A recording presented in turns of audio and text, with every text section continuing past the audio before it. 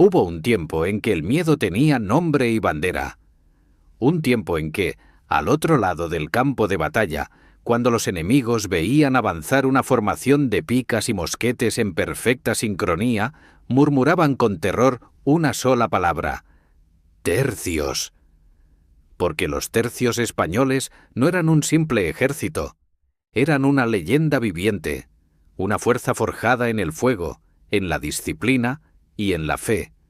Durante más de siglo y medio dominaron los campos de batalla de Europa, desde los muros de Viena hasta las llanuras de Flandes, y su sola presencia bastaba para cambiar el destino de una guerra. Pero, ¿de dónde surgieron? ¿Cómo llegó España a crear la fuerza militar más temida del Renacimiento? Hoy, en Héroes del Tiempo, viajamos al siglo XVI, al corazón del imperio donde nunca se ponía el sol, para descubrir la historia de los invencibles tercios españoles. La historia comienza en los albores del Renacimiento. España acaba de unificarse bajo Isabel y Fernando. Granada ha caído. Colón ha llegado a América. El mundo está cambiando a una velocidad vertiginosa, y en los campos de Italia, los ejércitos medievales, basados en caballeros y espadas, comienzan a volverse obsoletos frente a un nuevo invento: el arma de fuego.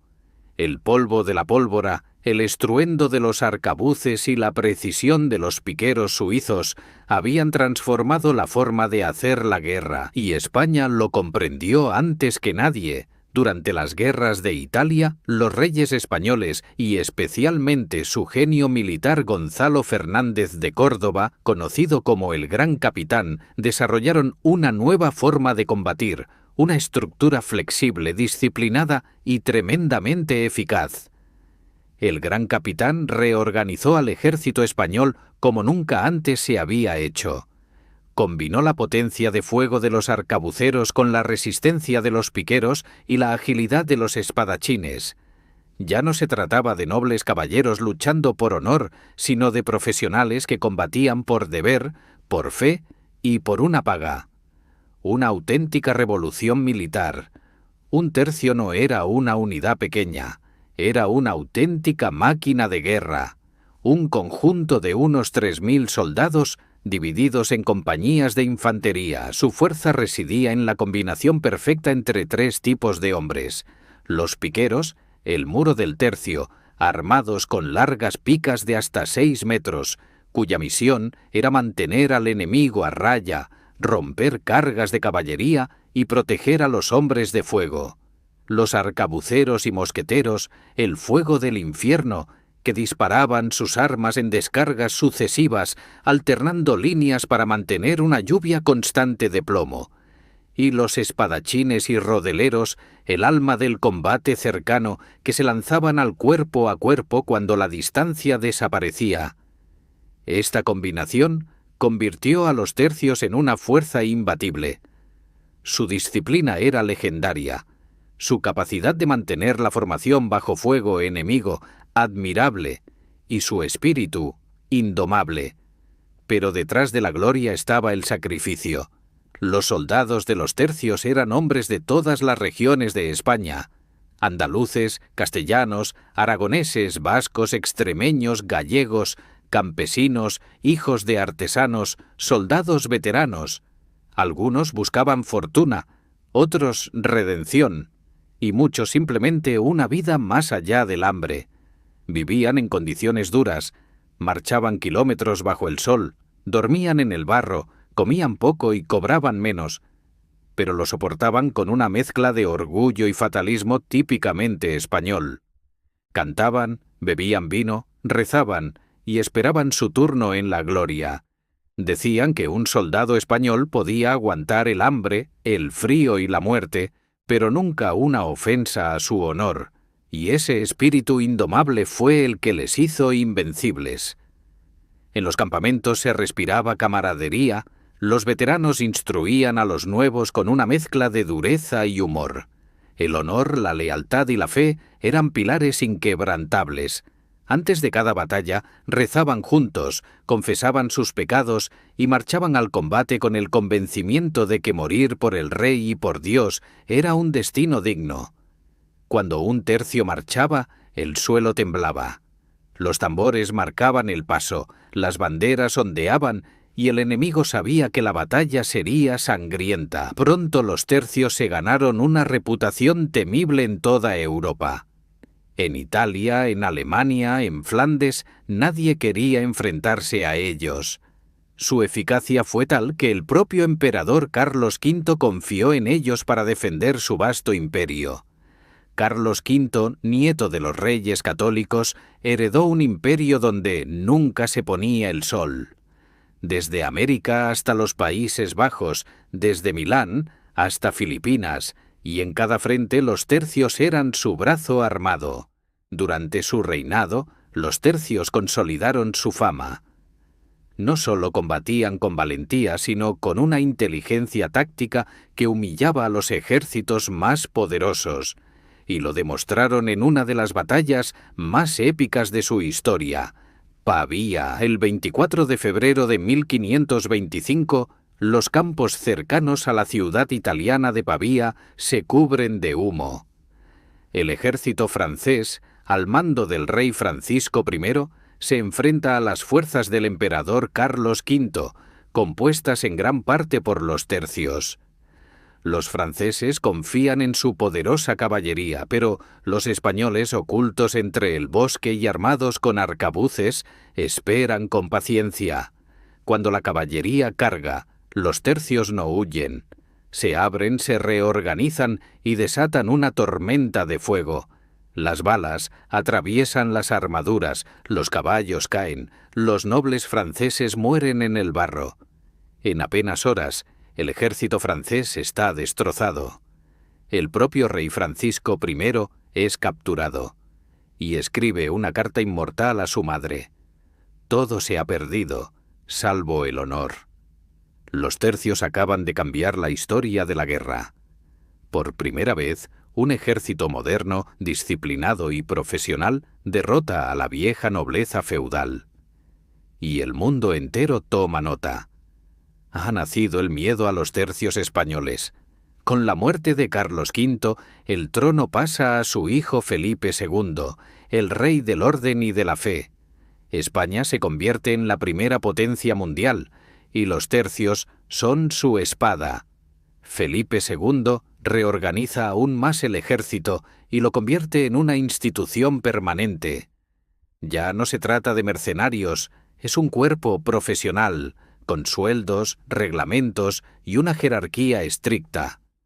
Los capitanes eran elegidos por mérito, no por sangre, y los soldados juraban fidelidad no solo al rey, sino a su bandera. Es en esta época cuando surgen los tercios de Flandes, los más célebres de todos. Destinados a los Países Bajos, luchaban en una guerra interminable contra los rebeldes protestantes. Allí, entre el frío, el barro y las trampas, se forjó la leyenda de la infantería invencible. Pero también allí comenzó su sufrimiento. La guerra de Flandes fue una pesadilla. Largas campañas, sueldos atrasados, hambre, frío y traición. Los soldados pasaban meses sin cobrar, y el hambre los llevaba a la desesperación. Aún así, su disciplina se mantenía gracias al orgullo y al miedo al deshonor. Pero cuando la situación se volvía insoportable, estallaban los saqueos de pago. Los soldados se rebelaban y tomaban por la fuerza las ciudades que debían proteger. El más famoso fue el saqueo de Amberes en 1576. Los tercios, sin cobrar durante meses, se amotinaron y saquearon la ciudad, causando miles de muertos. El mundo entero quedó horrorizado, y los enemigos de España aprovecharon para alimentar su propaganda, la llamada leyenda negra. Aún así, incluso sus enemigos reconocían algo. Cuando los tercios se alineaban para el combate, el mundo entero temblaba. En los tercios, la lealtad y el honor eran sagrados. Cada soldado sabía que representaba no solo a su rey, sino a toda una nación. El valor no era una opción, era una obligación, la cobardía un pecado imperdonable. Un dicho popular entre ellos lo resumía todo: más vale morir con honor que vivir con deshonra. Creían que, al caer en batalla, Dios mismo les abriría las puertas del cielo, y en esa fe encontraron el coraje para resistir cuando todo parecía perdido. Y así, entre victorias y sacrificios, entre gloria y barro, los tercios españoles forjaron un legado que aún hoy asombra al mundo. Pero su historia no terminó ahí, porque pronto se enfrentarían a los enemigos más poderosos de Europa y demostrarían que incluso cuando todo parecía perdido, España seguía siendo invencible. Los tercios españoles, invencibles en apariencia, continuaron su camino de gloria durante el reinado de Felipe II y sus sucesores. Tras su victoria en Pavía y su implacable servicio en Flandes, se convirtieron en el símbolo de un imperio que parecía eterno. Sin embargo, incluso los gigantes pueden caer. A finales del siglo XVI, el mundo europeo se llenaba de nuevos enemigos y nuevas armas, y los tercios debían adaptarse o desaparecer. Pero antes de hablar de su ocaso, debemos recorrer sus batallas más legendarias, aquellas que les dieron fama mundial y grabaron su nombre en la historia de la guerra. En 1557, la batalla de San Quintín marcó un hito en la historia militar española. Los tercios, bajo el mando del duque de Alba, se enfrentaron a un ejército francés que superaba ampliamente en número a las tropas españolas. Sin embargo, la disciplina y la coordinación del tercio, su combinación de piqueros, arcabuceros y espadachines, hicieron la diferencia. Cuando los franceses atacaron, los tercios resistieron cada embestida, reorganizándose bajo fuego constante. Los arcabuces disparaban en descargas continuas, mientras los piqueros mantenían la línea y los espadachines cerraban cualquier brecha. La victoria española fue aplastante y sirvió para demostrar al mundo que un ejército bien entrenado podía vencer incluso a la superioridad numérica. San Quintín se convirtió en la prueba definitiva del poder de los tercios y consolidó su reputación de fuerza invencible. Pero la fama también atrajo enemigos decididos a estudiar y contrarrestar sus tácticas. En 1573, los tercios llegaron a Flandes, enfrentándose a un conflicto largo y agotador conocido como la Guerra de los 80 años. Allí se enfrentaron a los rebeldes protestantes holandeses, que aprendieron a aprovechar el terreno, las ciudades fortificadas y las tácticas de guerrilla para desgastar a las fuerzas españolas. A pesar de la dureza de la guerra, los tercios mantenían su disciplina y su fama de invencibles. Cada asedio, cada enfrentamiento, cada marcha bajo el frío y la lluvia reforzaba su leyenda y al mismo tiempo su sufrimiento. Los soldados soportaban hambre, enfermedades y traiciones, pero su honor y su fe eran más fuertes que cualquier adversidad. Fue en estas campañas donde los tercios desarrollaron la habilidad de luchar en ciudades y trincheras, adaptando sus formaciones de campo abierto a la guerra urbana, una innovación que les permitió sobrevivir y mantener el control durante décadas. En 1581, el tercio volvió a demostrar su poder en la batalla de Alcántara, en Portugal, durante la anexión del reino luso por Felipe II. Allí, los tercios mostraron su habilidad para ejecutar maniobras rápidas, flanquear al enemigo y mantener la cohesión bajo presión. Pero quizás su momento más glorioso fue en la batalla de Breda y los asedios en los Países Bajos, donde su resistencia parecía sobrenatural. Los tercios soportaban semanas de asedio, hambre y enfermedades sin ceder un solo palmo de terreno, demostrando que la combinación de disciplina, entrenamiento y fe podía sostener lo imposible. Sin embargo, incluso en estas victorias comenzaban a aparecer signos de desgaste. La guerra prolongada, las bajas continuas y la falta de recursos empezaban a minar la fuerza del tercio. Aún así, su reputación se mantenía intacta.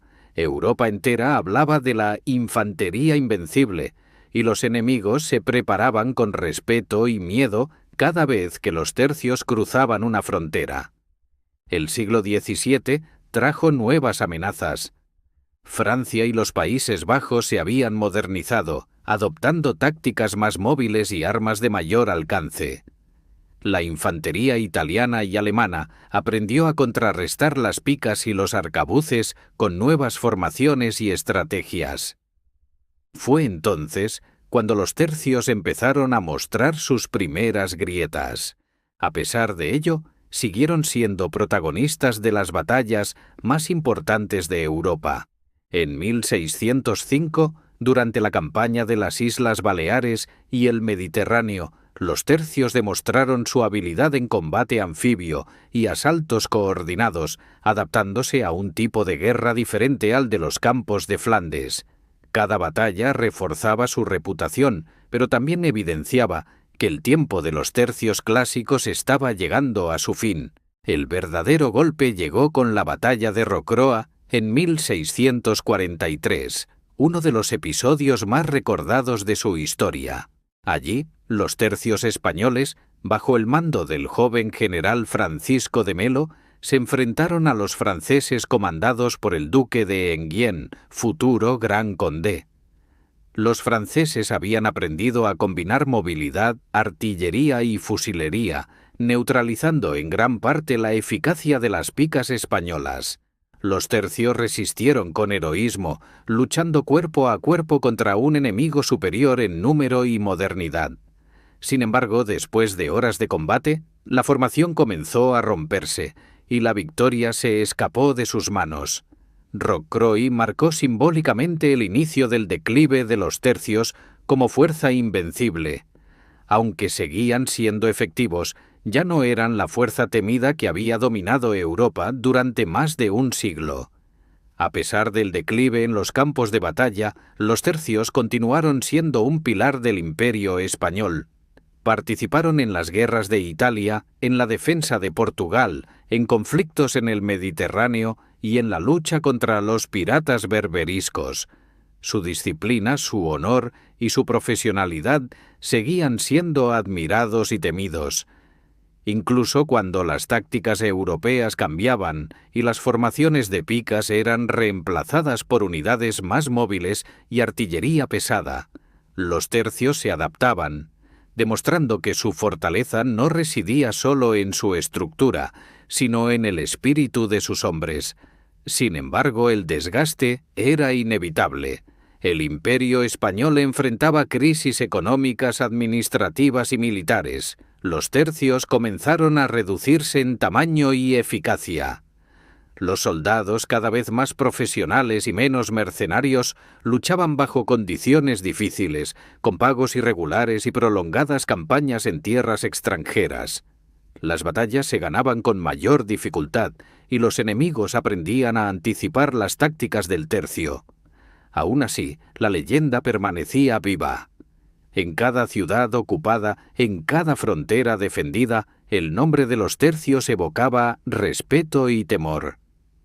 Finalmente, durante la segunda mitad del siglo XVII y el siglo XVIII, los tercios fueron transformándose en regimientos modernos de infantería, integrándose en nuevas estructuras militares europeas. Las viejas formaciones de picas fueron sustituidas por filas de mosqueteros y fusileros, y las tácticas de asedio y campo abierto evolucionaron hacia estrategias más flexibles y adaptadas a la artillería y el movimiento rápido. Pero el espíritu del tercio seguía presente: disciplina férrea, sentido del honor, lealtad al rey y valor en combate. El mundo había cambiado, pero la huella de los tercios era imborrable. Hoy, los tercios españoles siguen siendo recordados como la infantería más temida y admirada de la historia europea. Su legado no reside solo en las victorias y batallas, sino en la formación de un ejército profesional, disciplinado y eficiente, que sirvió de modelo para generaciones futuras. Fueron hombres que, entre barro, fuego y pólvora, construyeron un mito: que el honor, la fe y la disciplina Podían vencer incluso a la adversidad más abrumadora. Fueron los hijos de la gloria, la espada de un imperio y el terror de sus enemigos. Y aunque los tercios desaparecieron como unidad, su espíritu vive en cada soldado que lucha con coraje, disciplina y orgullo, recordándonos que la grandeza no está solo en la victoria, sino en la forma en que se enfrenta la adversidad. Los tercios españoles no fueron solo un ejército, fueron la encarnación de un ideal. Su historia nos enseña que la organización, la preparación y el espíritu colectivo pueden convertir a hombres comunes en leyendas, desde las llanuras de Flandes hasta los asedios en Italia, desde la gloria de San Quintín hasta la derrota de Rocroi. Los tercios dejaron un legado que trasciende siglos. Hoy, cuando vemos un ejército disciplinado marchando al ritmo de sus estandartes, podemos imaginar la sombra de los tercios españoles, recordándonos que durante más de un siglo fueron invencibles, temidos y admirados. Su historia es un recordatorio eterno de que el honor, la fe y la disciplina son armas tan poderosas como cualquier cañón o arcabuz, y que los hombres dispuestos a sostenerlas pueden cambiar el curso de la historia.